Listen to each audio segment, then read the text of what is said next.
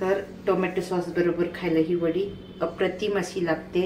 तर अशा प्रकारे आज आपण कोथिंबीरीची वडी बनवणार आहोत। नमस्कार, खमंग मराठी रेसिपीमध्ये आपले स्वागत आहे। तर आज आपण बनवणार आहोत कोथिंबीर वडी। तर त्याच्यासाठी मी इथे कोथिंबीरीची एक जुडी घेतली आहे आणि कोथिंबीर छान अशी मी निवडून घेणार आहे।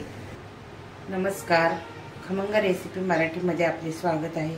तर आज आपण बनवणार आहोत कोथिंबीरीची वडी।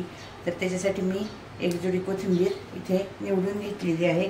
आता मी स्वच्छ धुण्यासाठी त्याच्यामध्ये पाणी ओतून घेणार आहे आणि 10 ते 15 मिनिटं मी ती पाण्यात अशी ठेवणार आहे। त्याच्यामुळे काय होतं, जी कोथिंबीरीला माती चिटकलेली असते ती माती निघून जाते। तर आता मी पूर्ण कटोरी भरून पाणी त्याच्यामध्ये ओतून घेतलेलं आहे। त्याच्यामुळे काय होतं, सगळी माती याच्यामध्ये खाली तळाला बसेल। तर आता मी ही कोथिंबीर काढून घेते आणि परत स्वच्छ अशी धुवून घेते चाळणीमध्ये। तुम्ही पाहू शकता तळाला किती माती बसलेली आहे। तर आता मी जी कोथिंबीर चाळणीत काढली आहे ती स्वच्छ परत धुवून घेणार आहे। आता ही कोथिंबीर मी 2 ते 3 वेळा परत स्वच्छ अशी धुवून घेणार आहे आणि थोडा वेळ 10 मिनिटाची सुकून देणार आहे आणि नंतर कट करायला घेणार आहे। तर एकदम पाहू शकता आपली कोथिंबीर छान अशी निथळलेली आहे। छान असतं, त्याच्यामध्ये अजिबात पाणी नाही राहिलेलं। तर आता ही कोथिंबीर आपण एकदम बारीक कट करून घेणार आहोत। आपण कोथिंबीर कट करून घेऊया। एकदम बारीक अशी कोथिंबीर आपण कट करू। काय होतं, जरा पाणी व्यवस्थित निथळून दिलं की कापताही छान येते कोथिंबीर।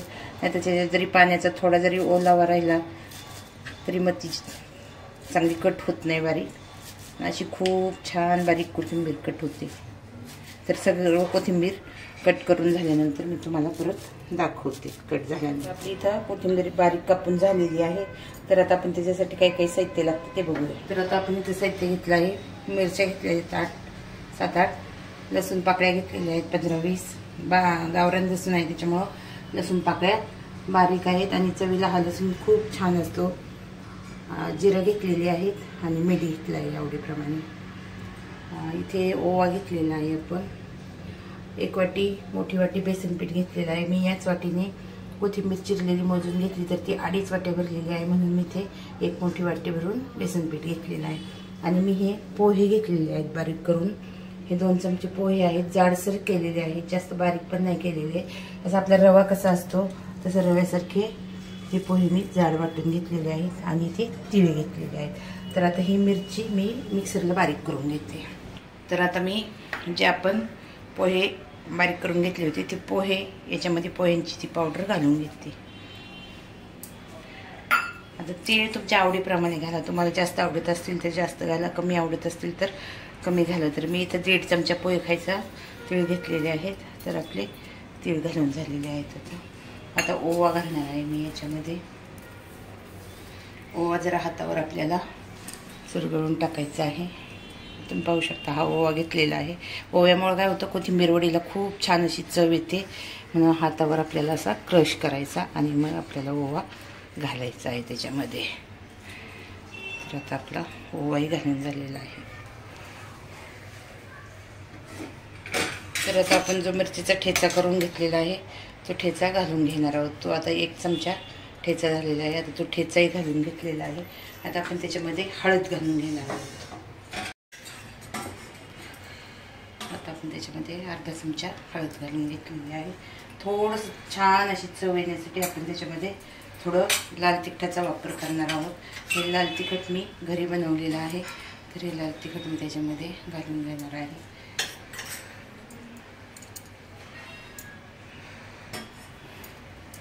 आता आपण 1 वाटी बेसन पीठ घेतलं होतं, ते बेसन पीठ आता मी याच्यामध्ये घालून घेते। आता आपलं बेसन पीठ घालून झालेलं आहे।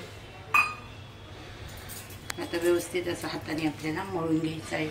जास्त पाण्याचा वापर करायचा नाही, लागलं तर थोडंसं पाणी आपल्याला घालायचं आहे, पण जास्त पाण्याचा आपल्याला वापर करायचा नाही। तर आता मी व्यवस्थित मळून घेते। तर आता आपण थोडंसं पाण्याचा वापर करू। त्याच्यामध्ये जे मिक्सरच्या भांड्यात चटणी वाटून घेतली ते मिक्सरच्या भांड्यात थोडंसं पाणी टाकून आपण ते पाणी याच्यामध्ये मिक्स करून घेऊया आणि परत छान असं आपल्याला पीठ मळून घ्यायचं आहे। छान असा आपल्याला गोळा तयार करून घ्यायचा आहे पिठाचा। पोह्याची पावडर घातल्यामुळे काय होतं, आपली कोथिंबीर वडी खूप अशी कुरकुरीत होते. तांदळाच्या पिठाचा काही मी वापर केलेला नाही आहे. मला काही तांदळाचं पीठ घातलेलं आवडत नाही. वडी अशी कोथिंबीर वडी त्याच्यामुळं चिवट होते. त्याच्यामुळे मी इथं पोहे मिक्सरला बारीक करून घातलेले आहे. आता आपण याच्यामध्ये थोडंसं तेल टाकून घेणार आहे. खायचं जास्त नाही टाकायचं, थोडंच टाकायचं.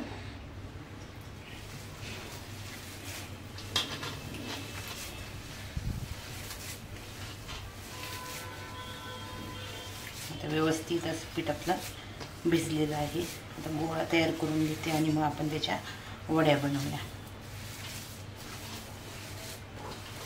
आता मी इथे एक ताट घेतलं आहे. त्या ताटाला मी आता तेल लावून घेते. आपण आता वड्या बनवून याच्यामध्ये ठेवणार आहोत. व्यवस्थित असं सगळीकडून आपल्याला ताटाला तेल लावून घ्यायचं आहे. म्हणजे काय होतं, आपली वडी ताटाला चिटकत नाही आणि व्यवस्थित अशी उकळते. आता आपल्या पिठाचा गोळा जो तयार झाला आहे तो आपल्या हातालाही थोडंसं तेल लावायचं. मी आता हाताला थोडंसं तेल लावून घेते. हाताला तेल लावून घेते थोडंसं, म्हणजे आपल्या काय होतं, पीठ हाताला चिटकत नाही. आणि व्यवस्थित अशी आपल्याला ह्या वडीचे गोळे करून घ्यायचे. आता हा मी असा गोळा करून घेतलेला आहे. आता व्यवस्थित असा तो आपल्याला असं हाताने त्याचा आपल्याला रोल करून घ्यायचा आहे.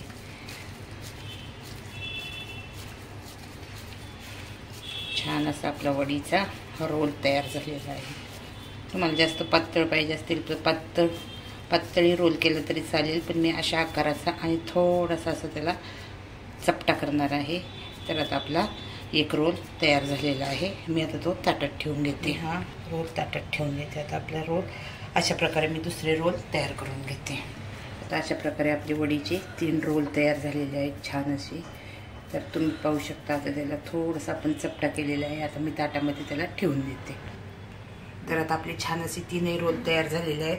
आता आपण त्याला उकडायला गॅसवर मी उकडण्यासाठी भांडं ठेवले आहे. त्याच्यामध्ये पाणी घालून घेतलेलं आहे. पाणी ते छान उकळलेलं आहे. आता त्याच्यामध्ये मी ताट घेऊन ठेवणार आहे. मी 10 मिनिटं आधीच पाणी उकळायला ठेवलं होतं बारीक गॅसवर. आता मी हे ताट ठेवून घेते त्याच्यामध्ये. तर आता त्याच्यावर आपण झाकण ठेवून 20 मिनिटं वडी आपण उकडून घेणार आहोत. आता 20 मिनिटासाठी मी झाकण ठेवून घेतलं आहे. गॅसची फ्लेम मी वाढवणार आहे आणि 20 मिनिटानंतर आपण बघूया. तर आता तुम्ही पाहू शकता 20 मिनिटं झालेली आहेत. आता आपली वडी छान अशी उकडलेली आहे. तुम्ही पाहू शकता आपली वडी हाताला चिटकत नाही, म्हणजे आपली वडी छान अशी उकडलेली आहे. तर आता मी गॅसची फ्लेम बंद करते. आणि आता ही वडी आपण थंड होण्यासाठी ठेवूया. थंड झाल्यानंतर आपण तिला कट करून तळूया. तर आता आपली वडी थंड झालेली आहे. मी काढून घेतलेली आहे. 2 तास मी तिला छान अशी थंड होऊन दिली. आणि आता आपण ह्या वड्या कट करून घेणार आहोत. वडी मी कट करून घेते आणि मग आपल्याला तळून घ्यायची आहे वडी. तर ही माझी आई अशा पद्धतीने वडी बनवायची म्हणून मी बनवलेली आहे. नाहीतर मी आपल्या चौकोनी पद्धतीने वड्या बनवत असते. तर आता मी सर्व वड्या कापून घेते आणि नंतर दाखवते. अशा पद्धतीने आपल्या वड्या कट करून झालेल्या आहेत. तुम्ही पाहू शकता. तर आता ह्या वड्या मी छान अशा तळून घेते. तर आता गॅसवर मी कढई ठेवलेली आहे. कढईमध्ये तेल तापायला ठेवलेलं आहे. तर आता आपलं तेल तापलं की आपल्याला वडी टाकून घ्यायची आहे. तर आता आपलं तेल चांगलं तापलं की नाही ते ओळखण्यासाठी आपण त्याच्यामध्ये थोडंसं कोथिंबीरच्या वडीचं सोडून घेऊ. तर आपलं तेलही छान असं तापलेलं आहे. तर आता आपण वडे टाकून घेऊ त्याच्यामध्ये. आता आपण वडी त्याच्यामध्ये तेलामध्ये सोडून घेऊ.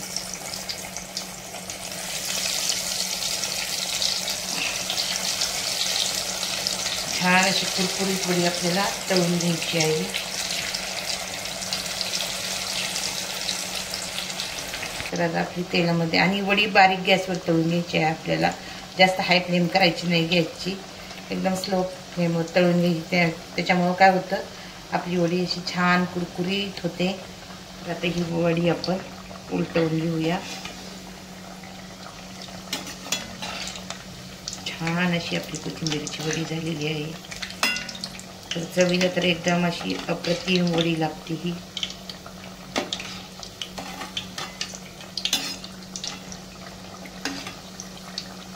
अशा पद्धतीने आपल्या सर्व वड्या उलटून झालेल्या आहेत.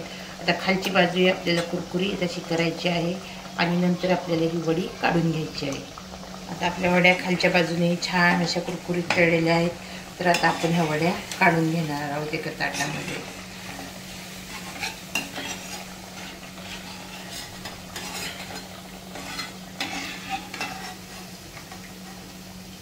तर आता किती छान अशी कोथिंबीर वडी कुरकुरीत तळलेली आहे. तर आता मी एका ताटामध्ये ह्या वड्या काढून घेते. तर तुम्ही पाहू शकता किती छान कुरकुरीत अशी वडी आपली तळून झालेली आहे. बघू शकता. आता अशाच प्रकारे मी दुसऱ्या वड्या तळून घेते. दुसऱ्या वड्या टाकते मी आणि मग सर्व वड्या तळून घेते.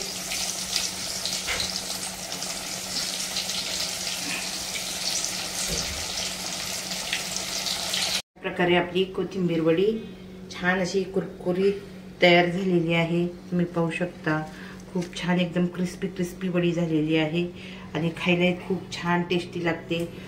तर तुम्हाला माझ्या अशा प्रकारे माझा व्हिडिओ आवडला असेल तर माझ्या व्हिडिओला लाईक करा, शेअर करा. काही कमेंट असतील तर कमेंट बॉक्समध्ये लिहायला विसरू नका. व्हिडिओ पाहिल्याबद्दल धन्यवाद.